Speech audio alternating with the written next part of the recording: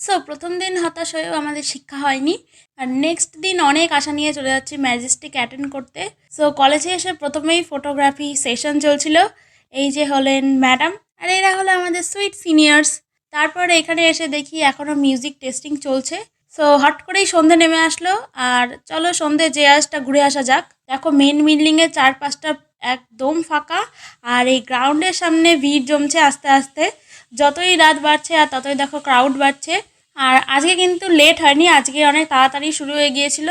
So প্রথমে তো আমরা রেকর্ডেড গানেই নাচতে শুরু করে দিয়েছিলাম। তারপর চলে এলো একটা ফিল্ম প্রমোশন, যেটা একটা জনপ্রিয় ইউটিউব চ্যানেল কনফিউজড পিকচারের একটা ফিল্ম তারা করতে যাচ্ছে। সো সেটারই প্রমোশন চলছিল। জানোই ওরা দুটো ভাইরাল গান প্রডিউস করেছে, যেটা হলো মালতী মাসি আর টুম্পা সোনা। সো দেখো মালতী মাসি গানে আমাদের এখানে লাইভ পারফরমেন্স করছিল আমাদের কলেজের ছেলেমেয়েরা।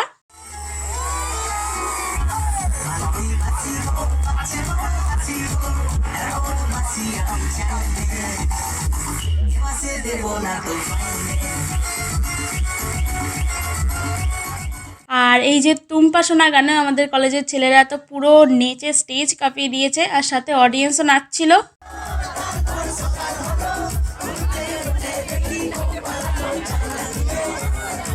অ্যান্ড তারপরেই হুট করেই চলে আসলো অনন্যা চক্রবর্তী আমাদের স্টেজে। আর সে স্টেজে আসতেই গান ধরলো। তারপরে আস্তে আস্তে অডিয়েন্স তার গানে মেতে উঠেছিল।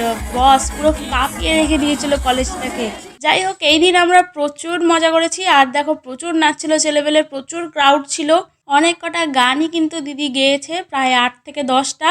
অনন্যাদির গাওয়া একটা গান আমি অলরেডি পোস্ট করেছি, তোমরা চাইলে আমার চ্যানেলে গিয়ে দেখতে পারো।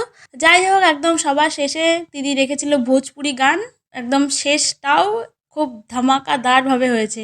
সো আগের দিন কিছু না দেখে চলে গেছিলাম, বাট এই দিন অনেক মজা করেছি।